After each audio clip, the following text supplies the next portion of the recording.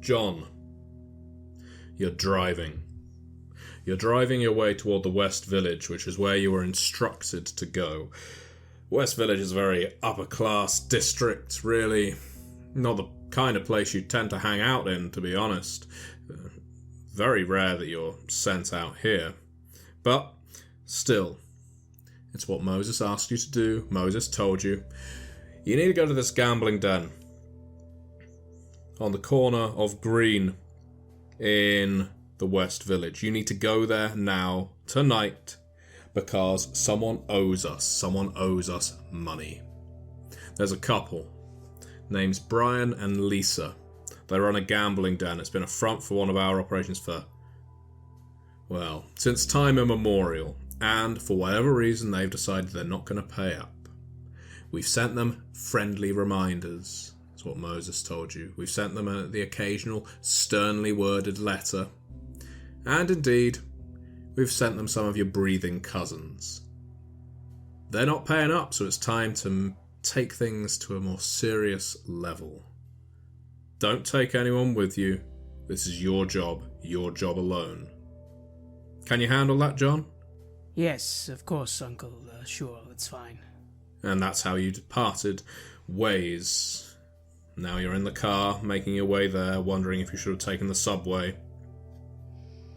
Nah, I like being in my car. It's soothing. I have the radio on, some easy listening. Trying to keep the mood light. I really, really hope I can convince them that this is the right thing to do. I don't want to hurt them, but I'll have to if they don't. Fuck, I really hope they do. Okay. I'm listening to the music and I'm driving. There's traffic. It allows you to take in the sights such as they are. I mean, there's lots of restaurants here. Lots of restaurants, boutiques, stores, parks. It's nighttime, of course, but you can still pick up on the aesthetic beauty of the place. Again, this is the kind of place you would never be welcome. You wouldn't be walking the street here. You would stand out like a sore thumb for all you've tried to shake off the Italian-American heavy stereotype. It's something you carry pretty damn well. How do you look? How do you dress? Well, I try and keep it low-key, as you said. I don't wear really smart clothing. I'm not exactly wearing rags either. I try and keep myself presentable. Sort of non-very trendy jacket. I have a sort of jumper hoodie on, because I normally walk around with my hoodie up. I know it makes me stick out, but at the same time, it also makes me a little less identifiable. And in my line of work, I need to be unidentifiable at the best of times. I have a nice trimmed beard. A trimmed beard I'll always have, because I was embraced with said beard. But that's fine. I've got dark hair, dark eyes, pale skin. Paler, even now I'm this way. And I look young. 22, 23. I could probably easily pass for just any other guy, young guy, out on the streets at night, going to a pub or a party somewhere. That's how I like to keep it. You make your way there, you're a bit later than you planned. Again, traffic is something awful, and you're not that familiar with driving around this part of the city. Parking is the biggest obstruction. First you think you're going to pull over, but then you see there's some attendants walking the street, even at this late. So, there's a car park. You can pull in, pay the toll. You know that you've got to head to a Herb's Grocer. That's what it's called. You don't know who Herb is, but apparently he runs the place. Well, I'll try and park somewhere best I can. Get out of the car. Double check myself. I have on me a basic silenced 9mm pistol. I don't want to use it, but sometimes you need to carry this sort of thing in my line of work. I look around, turn off the radio, think for a moment that I don't have to do this. I could just drive somewhere, say I missed them, but no. That would make Moses very angry. And I gave my word. Long ago now, but I gave my word to serve, and I got to honor that. So, okay. Let's go. Let's try and find this place. It's not difficult to find. You've been given pretty clear directions from where you are now. You take a meandering route through the street. People aren't paying much attention to you. Someone thrusts a pamphlet in your face. Looks like they're advertising some new religion. I push past, but not in an aggressive fashion. I actually offer a smile before departing. Believe it or not, I actually try and get along with people. Not that I get the opportunity to much anymore. The young man in his black suit takes that as an invitation and follows you. Excuse me, sir, excuse me. Could I just have a moment of your time? Just a moment. Oh, what is it? I'm here representing the Jesus Christ Church of the Seventh-day Adventists. Right. Sorry, I'm, Jewish. There you go, can't convert me. Thanks, though. I start walking away. Hey, we got a lot in common with, well, you have a good night. I keep walking. I haven't got the heart to tell him that I'm not Jewish, I'm not anything these days. None of that makes sense to me anymore. Not knowing what I know now. And even that, I barely know anything. Some of the stuff our clan get up to, I don't know, and I don't really want to know. You find your way to Herb's Grocer. It's a funny name. And it's a pretty nice store. It's closing up. You can see an old man behind the counter, looking down, filling in some ledgers. He's already pulled in all of the outside shelving. We're closing up. Come back tomorrow. I nod. I look around. I slowly ease the door open and just sort of start walking in. But I smile. I say, closing up. Damn, I was hoping to speak to the owners. I've really got something important to tell them. I'm the owner, I'm Herb. Right, nice. Real nice place you got here. This is... Thanks very much for saying so. Look, there's some fruit, some veg still fresh. If you can pay in cash, you can take it. Otherwise, it's just going to go to waste. Yeah. I'm okay. Trust me. Listen. He stands up straight. He puts his hands on the counter. He looks at you. What is this? I think you know what it is. Look, you've been sent here to speak to Brian. That's right. Brian and Lisa. Brian and Lisa, I don't know where they are. No? Look, I like to help people. I want to do you a favor, but I can't tell you where they are. I understand that. You, family, friend. I run this store. They sometimes do some business out the back of it. What do you want? Yeah, here's the thing. It's about that. They've already had people come. They're gonna have more people come. I'd like that to stop happening. This looks like a nice place to me, man. You're just trying to do your job. You don't need people like me coming and disrupting things. So why cause problems? Listen, I'm not getting hot. And I got no problem with you. If you got business with Brian and Lisa, then you gotta wait till they come back. That's all I can say. You can take it out of my windows, you can rob my till. It's not gonna get you the money that they owe you. What can I say? You know, I want to help you. I like to do people favors. I want to do you a favor, but I can't do it. I can't do it. There's nothing I can say. Nothing I can do. I lean on the counter. I nod. I smile. I don't want to break this guy's things. I don't want to do anything to this man. What was to be the point? But I've been around. I kind of think I know what he's saying. I get it. You can't say anything. But you like doing things for people. What would it take to get one of those favors? A favor not of saying anything, but of doing something. I like to help people too. I'm a friendly guy. Can you tell? Yeah, you look like a barrel of laughs. What? Look, I gotta get home. I gotta help my daughter with her homework. Let's cut to the point. Exactly. I got money. How much? You're gonna pay me to get money out of them. Sure, why not? Okay, I guess that's how they do it these days. I might be able to tell you, I guess, where they hang out, but... you know something? I ain't getting into debt to people like you. No offense. Buddy, it's not a debt. It's a gift. I've seen enough. I've seen enough Sopranos. I've seen enough Martin Scorsese movies to know what a gift. Look, listen. I wasn't born yesterday. I've worked all over New York. This is the nicest place I've been.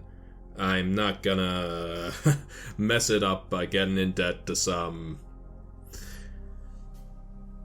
well, you know what you are. I'm not sure I like your tone, to be honest. I don't like the insinuation either. I'm not a mobster. This isn't crime. You can trust me when I say... It's crime, buddy. You want to get money out of the gambling den that runs out the back of my store. I know this. They give me a cut. They haven't been giving me a cut for weeks. They take a hike. They're gone. Simple as that. That's it. They're gone. They're in the wind. Poof. Gone. I want to help you, but I can't. Simple as that. I let out a sigh. I really, really wish he'd just help, because I would have given him the money. This amount of money doesn't matter. Not anymore. Not really.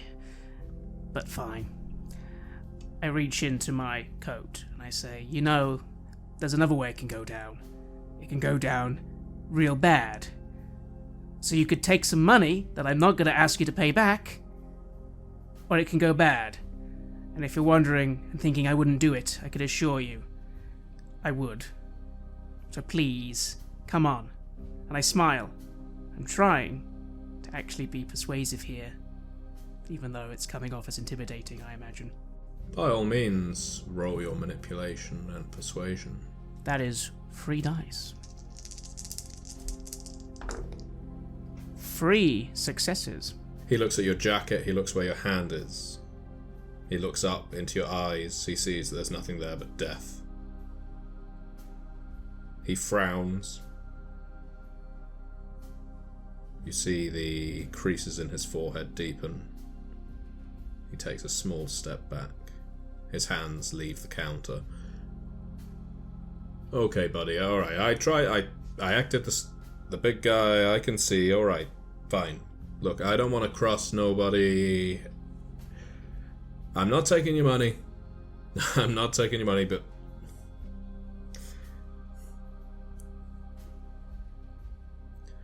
He leans forward now. Look, listen, buddy, they're threatening me too. So if you're gonna get them off my back, let's call it square. Okay? I actually do frown a little and say, how are they threatening you? They got keys to this place. They could torture it if they wanted. And they've certainly threatened to do so. This is my livelihood. This is my family's business. You understand? I do. That's not good. I'm sorry, Yeah, sure. I'll help get them off your back, if you just tell me where they are. That's a deal. I promise. Well, they got a flat, and it's not that far away from here. It's one of these deluxe overlooking the park places. I've got the address because I sometimes have to drop food by there, and, you know, they run me like a mule. Listen, now that I'm getting off my chest, it's a relief to talk about someone who might be able to do something about it. But again, I'm not getting in debt to you. I'm not forming a pact with you. I'm just telling you, if you can make them ease the pressure off without it resulting in this place going up in flames, we're square. We're quits. Sure. I'm not going to ask anything of you other than this information. They're the ones I want. He writes down an address for you. I take it slowly. I say, thank you, honestly. And I go to one of the stands where there's a bit of old fruit, and I say, how much for a banana? It's yours. I would have thrown it out anyhow. I'm not stealing from you. Hey, it's a gift. I kind of bite my teeth. I have to acknowledge the guy. I get it. He's never gonna know that I wouldn't get a guy in debt like that. That's not who I am. But he's not wrong about who I work for. I'll take the banana anyway. And I'll leave. Throwing the banana on the side of the road, as I do.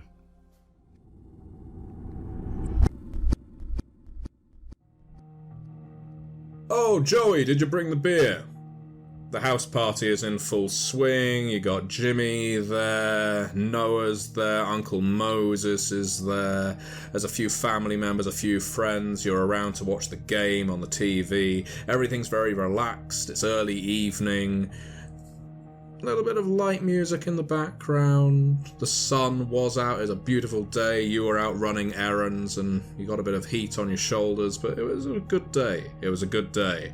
Yeah, I got the beers. Yeah, here you go, Jimmy. Here's a cold one for you. Cold one for you as well. Josie. Hey, well, who's winning? Cowboys, as ever. Well, I'm glad I didn't put any money on that, eh? Yeah. Sit your ass down, Uncle Mo. Gives you a wink, takes a beer. You never see Uncle Moses drinking. He is always happy to be around the boys, but he never drinks with them. Yeah, I think to myself, that's always weird, but, you know, hey, Uncle Moses, he's a bit weird. I don't really nose around into his business. But hey, this is good. This is a good time. I sit down somewhere and I make myself comfortable. You know, we don't get together enough as a family, says Uncle Moses, saluting you with a beer. Joey, you're a good kid. I'm pleased to have you as a nephew. Well, gee, Uncle, thanks. You're not so bad yourself. We got a friend coming in, I didn't tell you. There'll be a fella turning up. Name is, it's something old country. Everyone calls him Al, I think his name. What's his name, Jimmy? Aloysius. We'll call him Al. He's coming in. He's just here overnight, gonna be staying in the city before he moves on elsewhere. But I said he could pull up a pew, watch the football, share some drinks. You don't mind, do you, Joey? I just give a shrug. I don't mind at all. That's fine with me. I take a moment to scratch the stubble on my chin, thinking I really need to remember to shave soon, but I can't be bothered right now. So, how's your day been, Joey? What have you been up to? Oh, the usual. I saw Ma this morning, saw Sis, made sure everything was alright at the auto shop, checked on some of those guys who wanted me to see how they were. They're fine. Picked up some groceries, drove your, oh god. Who was that guy you wanted me to drive down to the bank? That guy. I did that, yeah. Well, I'm glad you're doing your job so diligently. I may have a job for you tonight. Jimmy looks over at Moses. Mo, please, we're watching the game. You don't have to send the kid to work. Sometimes the kid's gotta work, what they say, antisocial hours. Antisocial hours, Moses? You're working every night. I never see you before sundown now. It is what it is. You know the business. Listen, Joey. Well, look, it's they're taking another fucking interval. This is why I've never really got into this, the NFL, this bullshit. Just keeps stopping and starting. So I guess we can speak. Noah, go out and make some potato salad or some shit. Potato salad? Go out and make some potato salad. Noah gets up and leaves, leaving you with Jimmy and Moses. I kind of, wince a little. I'm not looking forward to being asked to do something tonight, but I guess I'm gonna have to. Moses gets up, walks over to you, slaps you a couple of times on the cheek. Listen, Joey, you're a good kid. You know I love you. But your balls, he puts his hand between your legs. Your balls. They need a bit of weight to them. By that I mean... Jimmy looks on the verge of cracking up. By that I mean... Jimmy, do you have one? Yeah, I got one. Pass it over here. Jimmy pulls a handgun from underneath his jacket, passes it over to Moses, who puts it in your hand, clasps your fingers around it. You've not popped your cherry yet, kid. I kind of tense up a lot. As at this moment I think of Ma, thinking how she said, don't get involved with Uncle Moses, don't, but I needed to. Fuck it though, I hate it when he speaks like this. He sounds exactly like Dad. Man up, gotta be a man. Fuck that, but I can't say that to his face. I just sort of tense up, roll my shoulders a little, and I say, Uncle, I'm gonna be wanting triple. Triple, yeah?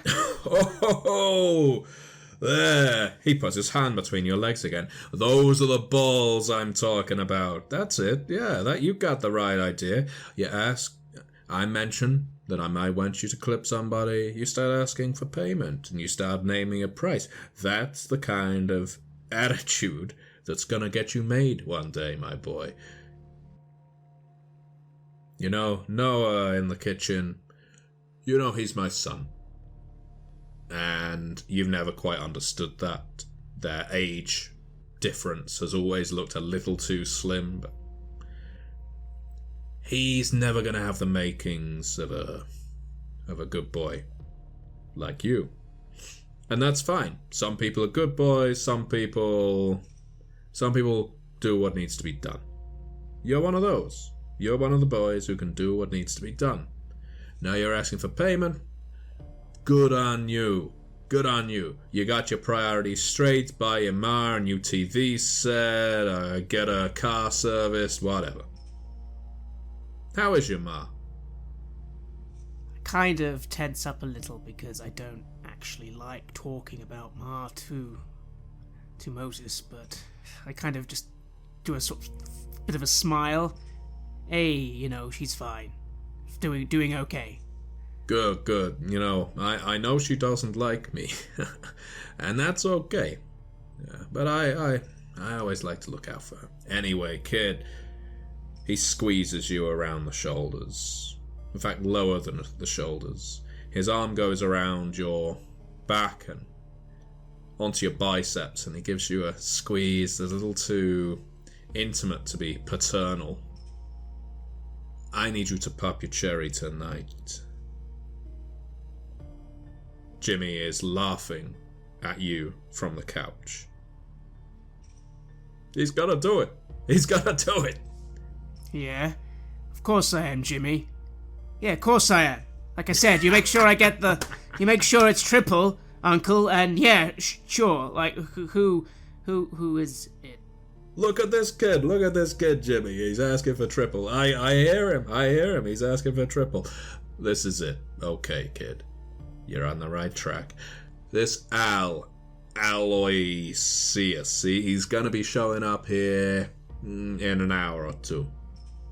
We're gonna take it easy. We're gonna watch the game. Maybe we'll put some boxing on after. We're gonna stay up all night. You're not gonna get too buzzed.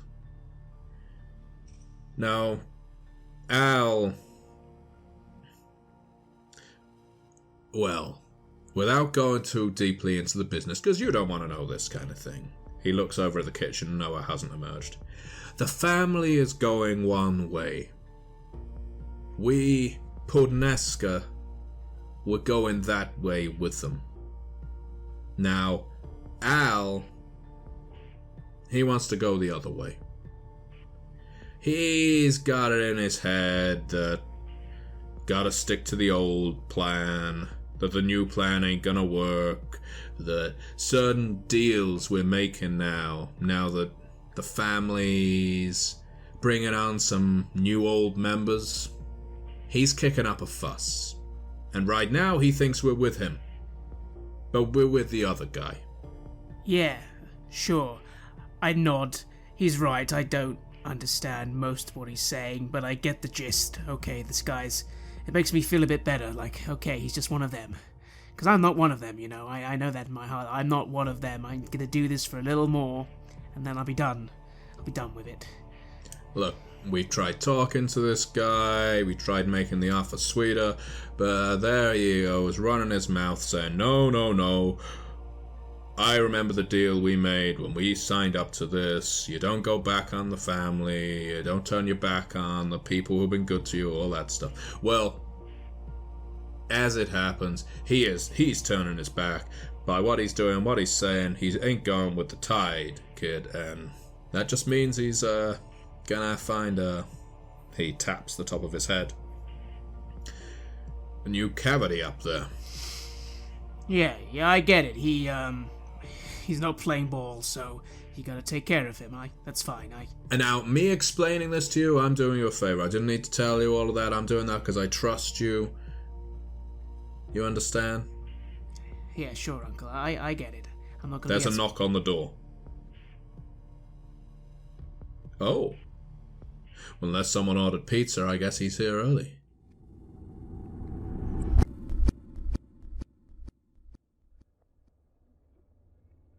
You arrive at the flat that you were directed to. Yes. I parked the car a little way off. I start looking around. What sort of apartment, flat is it? It's pretty damn plush. More than you'd expect from two people that operate a gambling den for your family. That's a little troublesome. How's security look? There is a doorman, someone who operates the front desk. In the address he gave, did he give an apartment number? He did, on the 3rd floor. I'm going to begin slowly, just pacing away. Start looking around the back of the building. Any alternate exits, fire escapes, that sort of thing. There's a fire escape, it's city mandated. Good. I begin to approach the fire escape. I settle into using one of my abilities. It's a bit of a strange one, at least my sire thought it was strange, but some of the newer members of the family, apparently it's not that strange. Silence of death. The ability to move perfectly silent, make no noise. There is no rousing of the blood for this. It's quite a simple ability, really, but I found it very useful. I activate it as I start doing my best to climb up this fire escape. It's not directly on the ground level, but you're a big guy and you can haul your way up and scale the staircase again without making a single sound. There's something of the surreal to it. You know your feet should be clanking and clunking their way up this metal staircase, but yeah, silent as the grave as you reach the 3rd floor. I try and enter, if it's not a locked door or a locked window. The fire escape opens and you're in a corridor. Good. I enter, hoodie up. Any sign of cameras, people moving around the hallways? There is an internal camera above the elevator door. I'm going to need to try and avoid that if I can. Is that possible? Yeah, you shouldn't need to go past the elevator to get to the apartment in question. Excellent. Again, hoodie up. To be honest, if a camera does see me, just gonna see a guy in a hoodie. Nice and nondescript. I make my way to the apartment. The door is shut. 307. I look at the door for a minute. I reach into my coat. Sometimes having a little bit of lockpicking is a skill that, while I'm not great at, it's always useful to at least try. Although, I pause, does it look like the sort of door that has keycard access or keys? Keys. Good. Alright. We're going to try and pick the lock, again, making no noise. You couldn't roll for that, because if you fail, this could go catastrophically wrong. Of course. Would you say larceny dexterity? Yep. 5 dice. And as there's a little bit of tension in the air, I do feel myself really wanting to make sure this goes well, and I will spend a point of willpower to re-roll 3 dice. 3 successes. just as someone's rounding the corner of the corridor and might see you hunched over working the lock, the door springs open by an inch. You stand up straight, concealing the criminal act. You can hear a TV on in the apartment. They're home. Right. Did I get to finish, or is the door still locked? The door is open. It sprung forward. I will push open the door. Again, the door itself, of course, makes a creak. Very mild, though. I do try and open it slowly. It doesn't make too much noise. It glides across the shag carpet. Good. I enter, close the door behind me, and take in my surroundings. What sort of apartment am I in? The apartment is sparsely furnished from what you can see. You're standing in a corridor.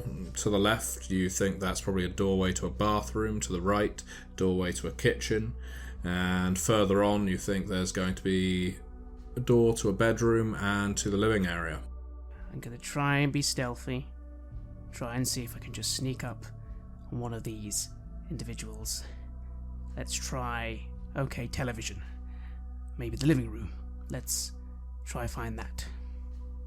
You shuffle your way along the carpet, leaning into the living room, where you see a man and a woman sat on a sofa. The man appears to be asleep. The woman is watching the TV intently. There's some dreadful reality TV show on. Again, I don't like being like this. But my perception of these people has been tainted a little. Hearing about how they're muscling in on that man, making threats to his business, his family. They don't have the appearance you might expect for people who can live in a place as well appointed as this apartment. The guy has a red mullet on his head, a rather scraggly beard, an earring in one ear. The woman is dressed very casually, shell suit, too much jewellery. This reeks to you of low-level criminal enterprise, people who have gained a little too much money too quickly, and in their case, they've decided to splurge on a apartment in an exclusive part of town, but they haven't yet spent the money on doing themselves up. Yeah, I can see that. I'm no police intelligence genius or anything like that, but I know the streets, and in the work I've had to do, I can pick things up. Yeah, I know the type. Yeah, fine. My conscience feels a little less bad. I pull out my pistol, aim it at the woman's head, walk over slowly, get it nice and close, and I say very quietly, "So I've got a gun pointed to your head. Now you can make a whole lot of noise and die, or you can just sit very still and listen. What you gonna do?" Can I turn the television off? No. He doesn't need to be awake yet. So. What? We don't. We. You can rob the place if you like. Please, you don't need to hurt us. I don't want to hurt you. And you're not going to be hurt as long as you do as I say. You owe money. I think you know who to. Time to pay up. Please. Yeah, sure. We were just... We couldn't get in touch with Donatello. That's the guy, isn't it? That's the guy, the man in charge. We were trying to get to him because the intermediary we were using... Well, we paid him off over and over again, and it didn't seem his money was getting to Donatello, so we were trying to get to Donatello himself. You've had plenty of people come and ask you the same thing I'm asking you, and you told them completely different stories, so please, I'm not here to find out whether you're guilty or not. I don't really care. You need to pay up. But mister, we've had to build this money up 4 times now. How do we know giving it to you is going to get it to Donatello? You don't. I assure you, though, it is. Oh, Christ. We don't have anything left. We've just got this apartment. We've got some cash. But... There's a moment where I pause. Does this seem real? Is this really a crying woman, scared?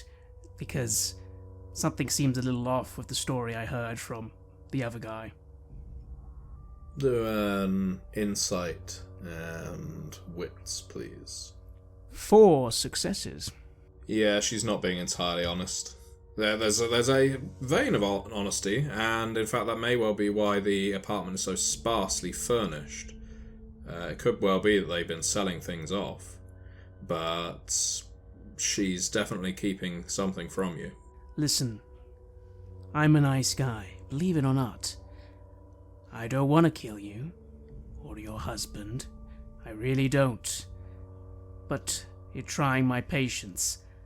I've been sent here to get the money. If you don't deliver, one of you is going to be hurt. Okay. Can I get up, or do you want me to point you to where you need to go? You can stand. Keep in mind, you make a false move, I will shoot you. I don't care about people who don't negotiate. I don't want to wake Brian up. That's fine, he can stay sleeping. Leave the TV on. Okay, she gently tries to pry her way from Brian, and he doesn't wake. It's in the bedroom. Let's go. I lead her to the bedroom, again keeping the gun steady. My voice calm, trying to sound pleasant. She lifts the mattress, and it's almost too cliche. And she brings out a laundry bag. This has got some of the cash in. We were trying to make the money back by selling some H. And we haven't been able to find a good buyer yet. So that the drugs are in the wardrobe. There's a false panel on the back. If you're going to take the drugs as well, it's probably worth more than what we owe you. I kind of shrug a little, because I don't approve of drugs. They're just a stupid waste of time and they hurt people. But it probably would be valuable. Moses would want it. Fine. Yeah, I'll take that. I'll take the money. And then, for the moment, you might not be in so much trouble. Was this so difficult? It wasn't, was it? I didn't need to be here. Her desperation and your hunger, it's starting to take an effect. Whenever you're in a tense situation like this, whenever John Smith gets put into a position where he's in power, where he can exert a little bit of force, that's when his hunger really amps up. That's when the smell of sweat and blood really gets to him. Because he's been pushed around for much of his life. He's a heavy, but he's a dumb lug. That's what everyone tells him, and worse. So when he actually has the opportunity to be in charge,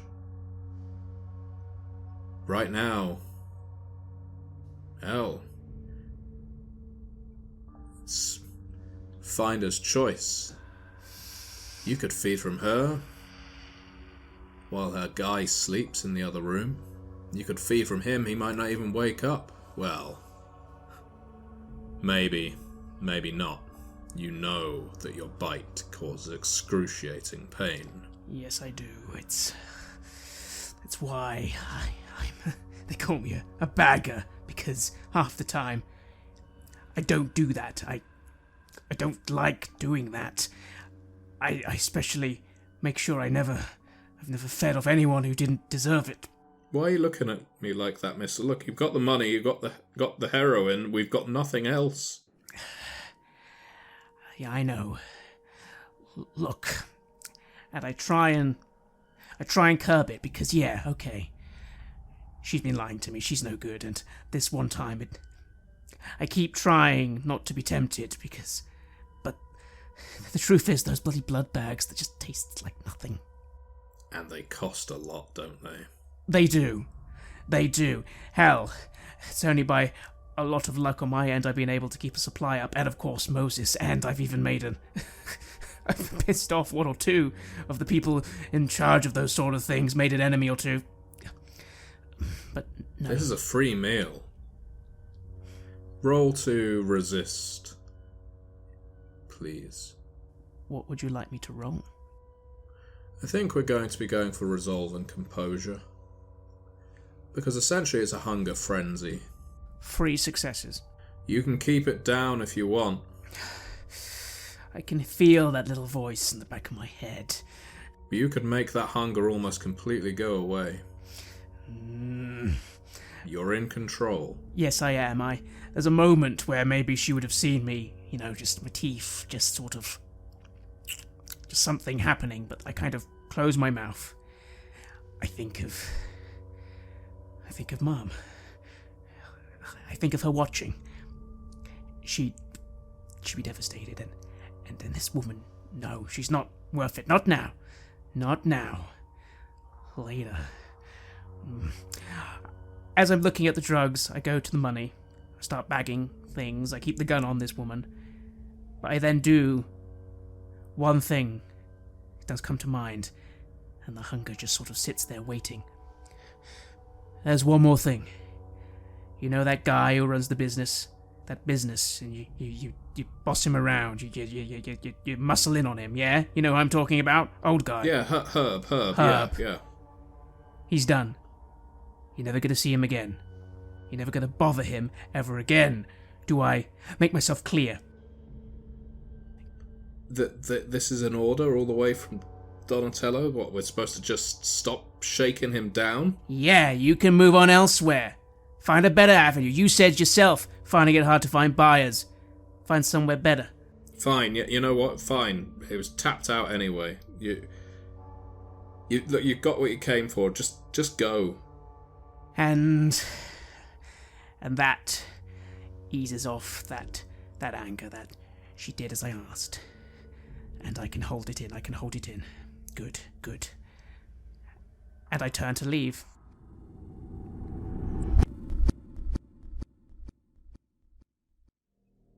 Jimmy, you go get that. Yeah, sure. I quickly take the gun and just stow it in my jeans, just like, quickly. Now you wait till he's good and relaxed, kid. I know it's gonna make a mess of your floor, but we'll handle that. Yeah, you better. Yeah. Well, if we're paying you triple, I guess you can... Hey, this is Aloysius, then, I guess.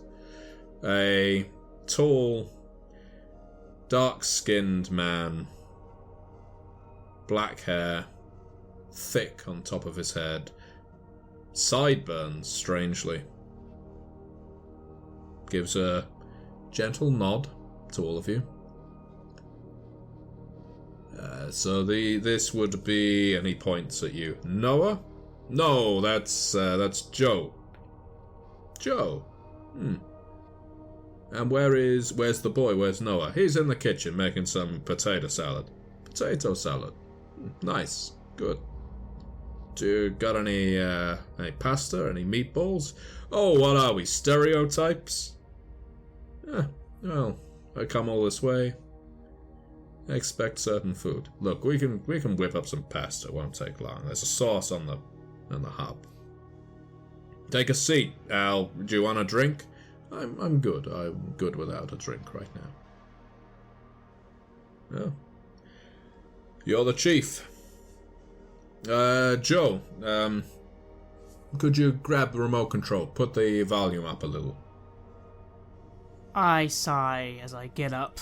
I offer a friendly nod, a smile at this owl, and then sure, I get it. I'm gonna go over and turn the volume up. My hand is, for a moment, shakes a little, but I kind of just sort of squeeze the volume up, and I sort of clench my fist and just ease myself, come on.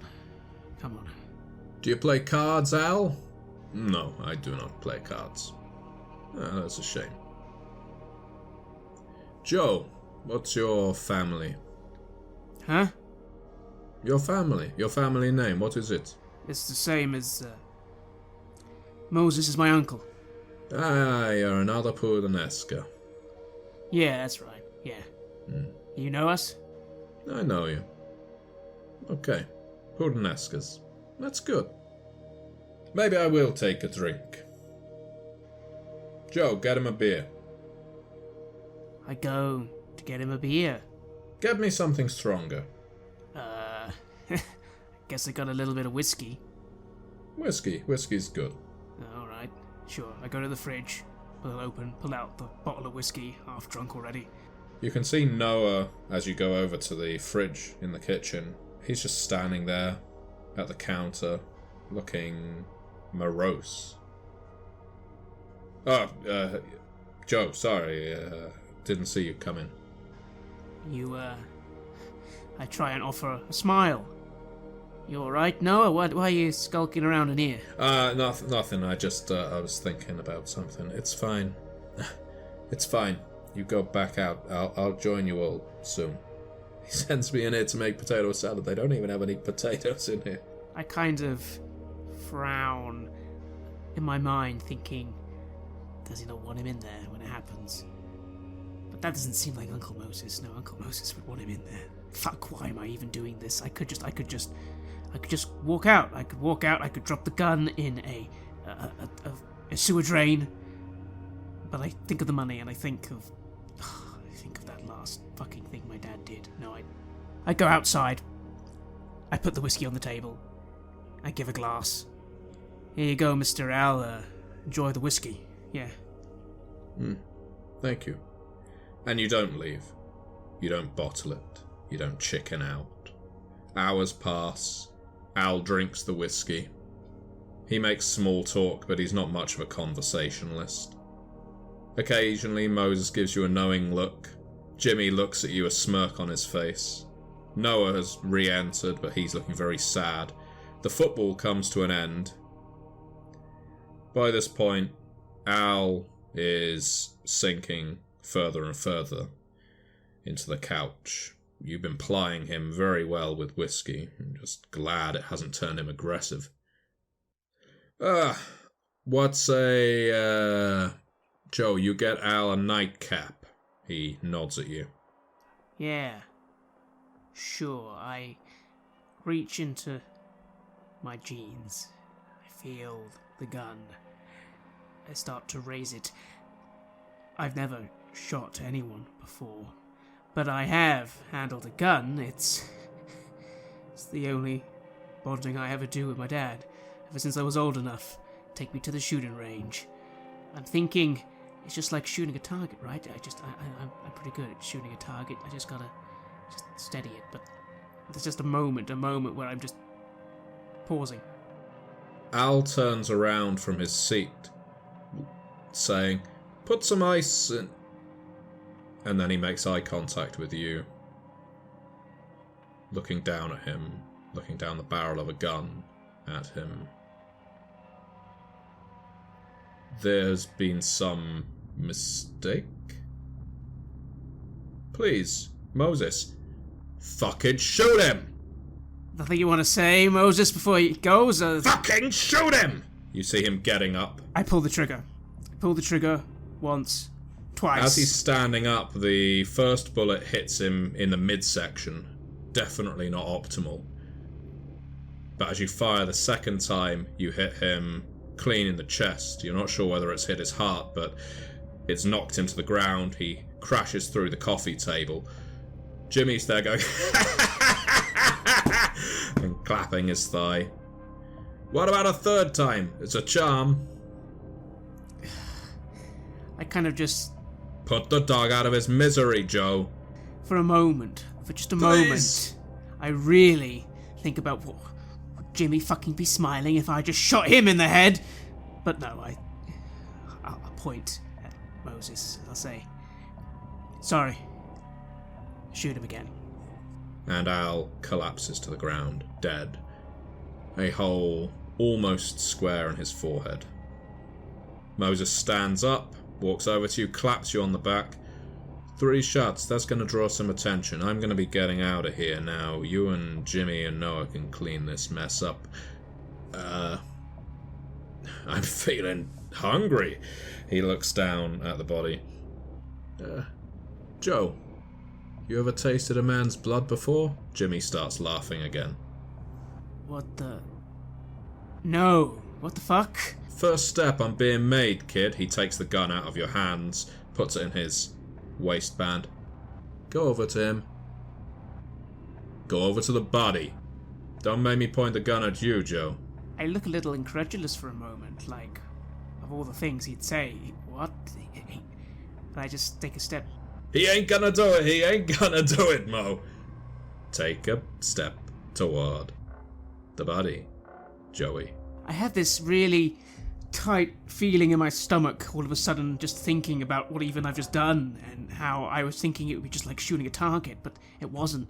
It was not like just shooting a target. I actually feel like I'm gonna vomit, but I kind of hold it in and I just sort of go, You didn't pay me, Uncle, to fucking, what, smear blood over my face? Yeah, like those Brits do when they go hunting. But you just need to dab a little fingertip in the wound, put it on your tongue. And what if I say no, Uncle? In that case, you ain't getting made, are you? You ain't getting your button. You have heard of the ritual, St. Peter, the sword. This is how our family do it. You need a little bit of blood on that tongue of yours, and you better do it fast. He ain't gonna do it, Mo. He ain't gonna do it. He's gonna throw. He's gonna throw up. Oh, shut the fuck up, Jimmy! You son of a bitch.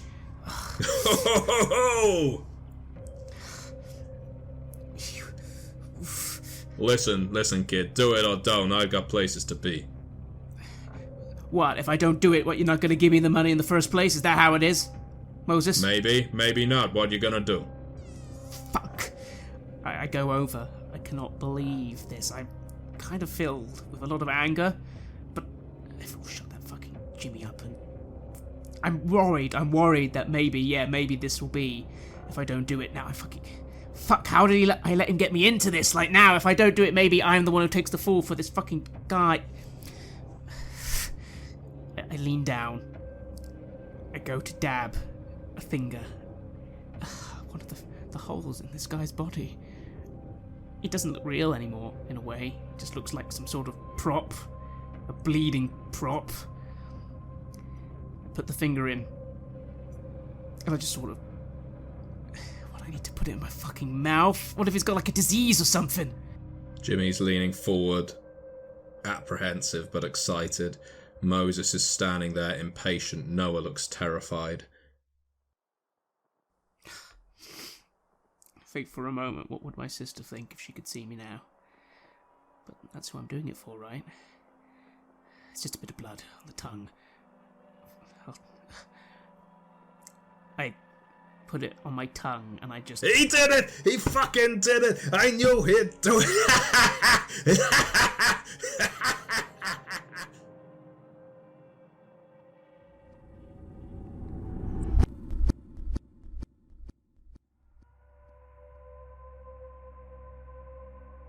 You have listened to an episode of Red Moon Roleplaying where we played The Family, a Cults of the Blood Gods chronicle for Vampire the Masquerade 5th edition. Cults of the Blood Gods is published by our friends at Onyx Path Publishing and is on Kickstarter right now. Our storyteller was the gentleman gamer Matthew Dawkins, and we were also joined by Jason Carl, Klara Herbøl, and Bianca Savazzi. The music was created by Atrium Carceri, featuring many collaborations with other artists from their label Cryo-Chamber. Check them out at cryochamber.bandcamp.com and their YouTube channel for more amazing dark ambient. If you want more Vampire the Masquerade content, don't miss out on our chronicle No Man is an Island, as well as The Sacrifice for Chicago by Night. We would like to give massive thanks to our champions of the Red Moon, Martin Heuschober, Nastasia Raulerson, Simon Cooper, and David, for their generous support. And we would of course like to thank all of our other patrons. Without your support, the show would not be possible. If you want to support our work, please check us out on Patreon. You can get access to bonus campaigns for Cult Divinity Lost and Coriolis there, as well as get early and raw access to all of our recordings. You can also hear your name read on the show as a champion of the Red Moon, as well as play Cult with us. Most importantly, that support is what keeps the show going, so do check us out there. Thank you again for listening, and see you soon again.